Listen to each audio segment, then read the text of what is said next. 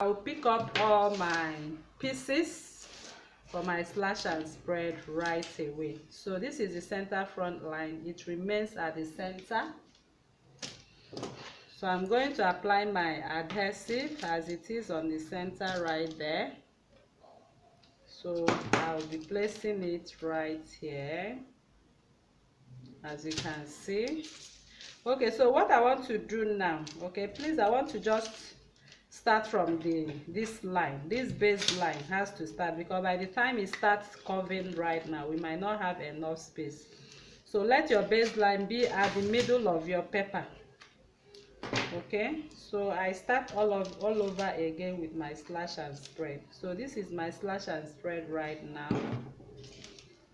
I place this at the center line. Can you see that? So make sure you arrange it at the center, because the way you arrange tells how it's going to turn out. So I want to actually add enough fullness to this. So I'm marking out 3 inches for my slash and spread, and I will also mark 3 inches below. So I'll pick up number 4, which is next to 5, and then I'm going to match it up as well. Can you see? I'm matching the tip, as you can see. Okay, so I want you to watch how this is done. Now I'm slashing at 3 inches. This is 3 inches. So from on this line, I'm going to make another 3 inches, and I'll pick up number 3. What I have on number 3, I apply my adhesive. I will also place it like this. So as you are placing this, I want you to take note of the precision of the neckline.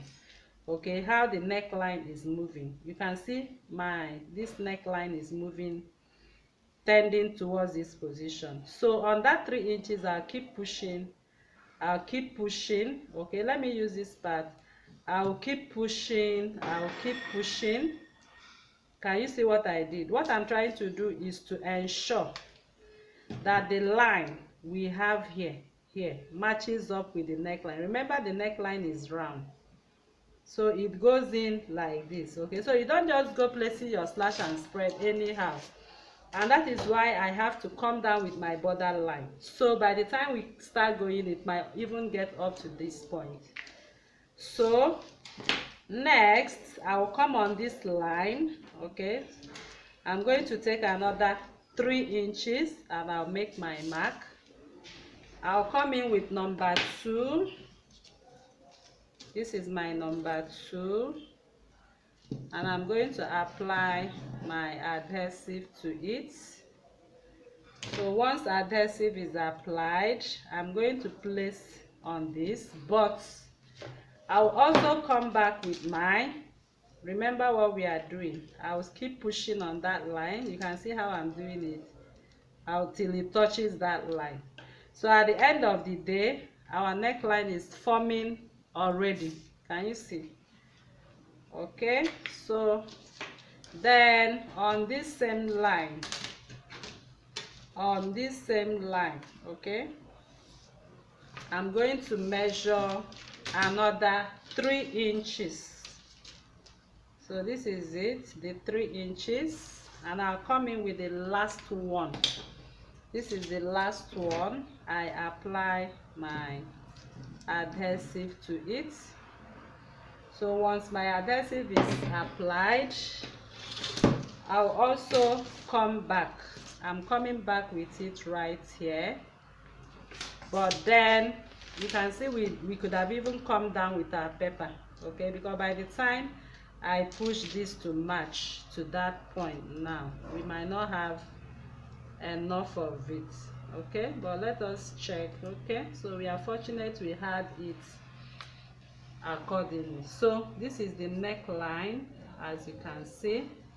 So you can see it actually gave us the neckline. This is how the neckline. What we did was just to expand our neckline. Okay, so this is expanded at 3 inches, 3 inches, and 3 inches on the straight line.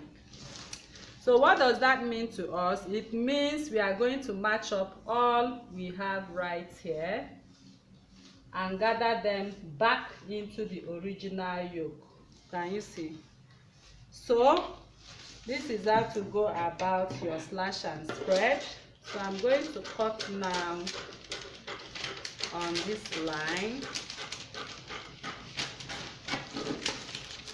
and cut on the side. This is my center front line.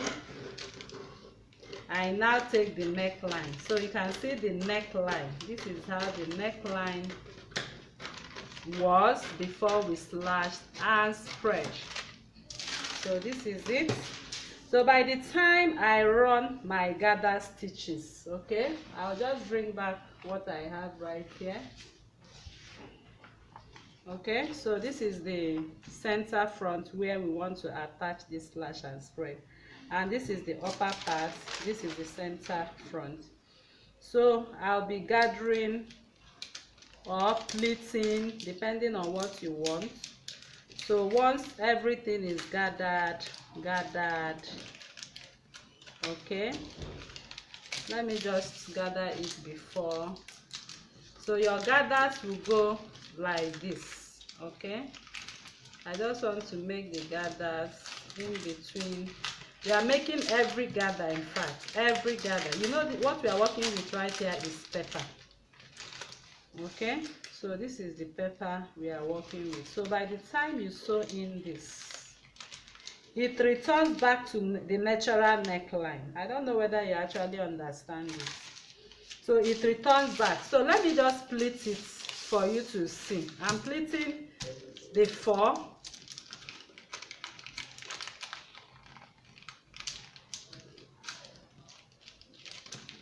Okay,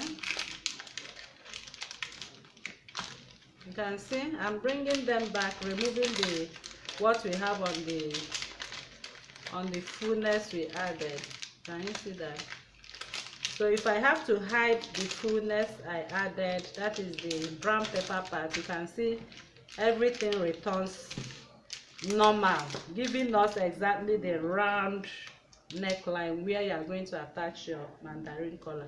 So let me say you have gathered. If you have gathered or if you have pleated, you still have this round neckline. So all you need to do is to come over and sew accordingly. Okay, sew accordingly. But remember, you have finished padding your bustier. You know how you normally attach your yoke. That is how to go about that. So once you have gathered, you sew to this point. But coming over to the mandarin collar, remember I've demonstrated it. This is the center front. You are going to sew your mandarin collar from the center front unfold, and you'll be stopping at exactly 1 inch, exactly how we drafted it. Okay, so like I said, this is a super advanced class. If you did not understand this class, then you can join us on Telegram to have a good foundation, because if you have a good foundation, definitely you will understand what I just did here. Okay, all right people, so if you want to slash and spread the back, but I will advise you don't slash and spread the back. Okay, but if you want to do that, you can also you can just give it a try, repeat what I did there. But when you are doing that, remember that this part will not be part of the slash and spread, okay, because of the neckline. So let me just quickly show you what you can do if you want to slash and spread, because I know some of us will want to go ahead and slash and spread. So if you are doing this part, I'm going to measure 1 inch. So from here to here I already have 1 inch. Okay, so from here to here I have 6, so I'll be measuring 2 inches. So once that is done, this is what I'm going to do, and this is what I'm going to do. So remember, we are cutting 2 times. This one is 2 times because we have the center back. So I will call this A, B, and C. So I'm going to slash and spread. So as I'm slashing and spreading the back, you can see I did not cut through the button loops. what I just did here is to cut. You can see what I just did, okay? And then I'll come back. I'm coming back with my pepper once again to repeat exactly what we did. Remember, you need to write your up and your up, okay? What I have on the button loop, I already know is the up. So I'll come in and make my line for my slash and spread. I'll also make another line for my slash and spread. So next is to come in with my with the center back. So this is the center back, and I'm going to place it exactly at the center back as I've applied my adhesive. So this is it. So once you place that, then you can also use the same 3 inches. So I will be using the same 3 inches so it matches up nice and flat. So I'm taking B because I've already placed A. So this is B, and I will place B. So I'll come in with my ruler once again. Remember, the ruler is taking the line of the neckline. Can you see? That is the slash and spread. So I'll also come back on this line, and I'm making a mark of 3 inches once again, and I come it with C. So on my C right now, I'm going to place using my ruler as a guide, okay, the curvy part of my ruler as a guide, and you can see that. So this is the neckline. The neckline runs from here. That is how the back neckline runs into here, okay, and what we have right here has to match up into here, okay. So that is your slash and spread for the back. If you wish to go by slash and spread, that is fine and good for the back. So I will cut and I will cut.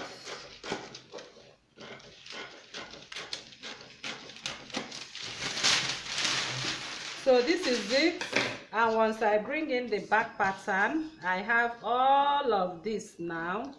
I'm going to gather everything, so I will just, pretend hiding them as we did before. So if you pretend hiding everything, this is what you are going to have, okay. The upper part will be, can you see that? So once you gather this on your fabric, of course you are going to have, okay, I'm sorry about this, please, sorry. Remember, this part is supposed to be on the other part. This is the button loops. I'm sorry about this, okay. This is the button loop, so it's not supposed to be inwards. So what we had right here, okay, I'm going to repeat this slash and spread again because I actually kept it on the wrong direction. Okay, sorry about that, I kept it on the wrong direction, but at least you have seen how to go about it. But I will just repeat it for the sake of those who will be confused. So this is where the slash and spread line is supposed to start for the center back. This is the center back line, okay. So this is it. Can you see that? Because the button loops are supposed to be facing outside, not inwards. So if they are facing outside, that is the only way it gives you what you need. Can you see? So I will place it at this point, okay. So after that, I'm going to measure 3 inches, okay. So I'll now come in with the next one.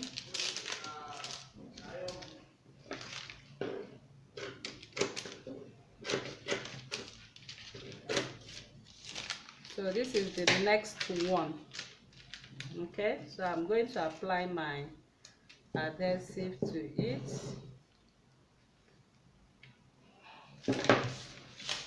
And I come in with my pattern ruler. So you can see how I inverted my pattern ruler right now. So that is how I'm going to do that at 3 inches. So from here to here is measured 3 inches. And I'm going to measure another 3 inches. This is another 3 inches. And I come in with the last one. Okay.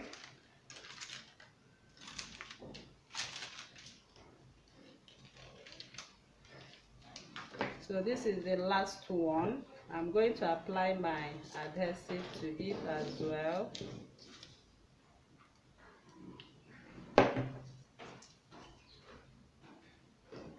So that is exactly how you are supposed to have it. It has to run from here, running into here. Okay. All right. So the neckline goes from here, taking the neckline shape. So it has to take the neckline shape. And then this is where the yoke is going to be attached. So I'm going to cut this now. So what I did right here, that is exactly how you are supposed to slash and spread and place on your fabric. So the button loops now, you still follow the button loop shape. Can you see? So I'm going to still do this. Take off the button loops.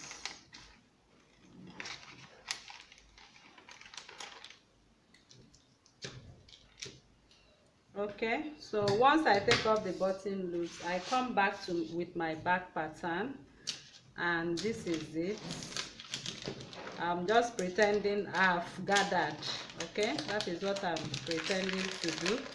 So you can gather, you can pleat as you desire. So whatever you do for the down part, you do for the up part, and this is it.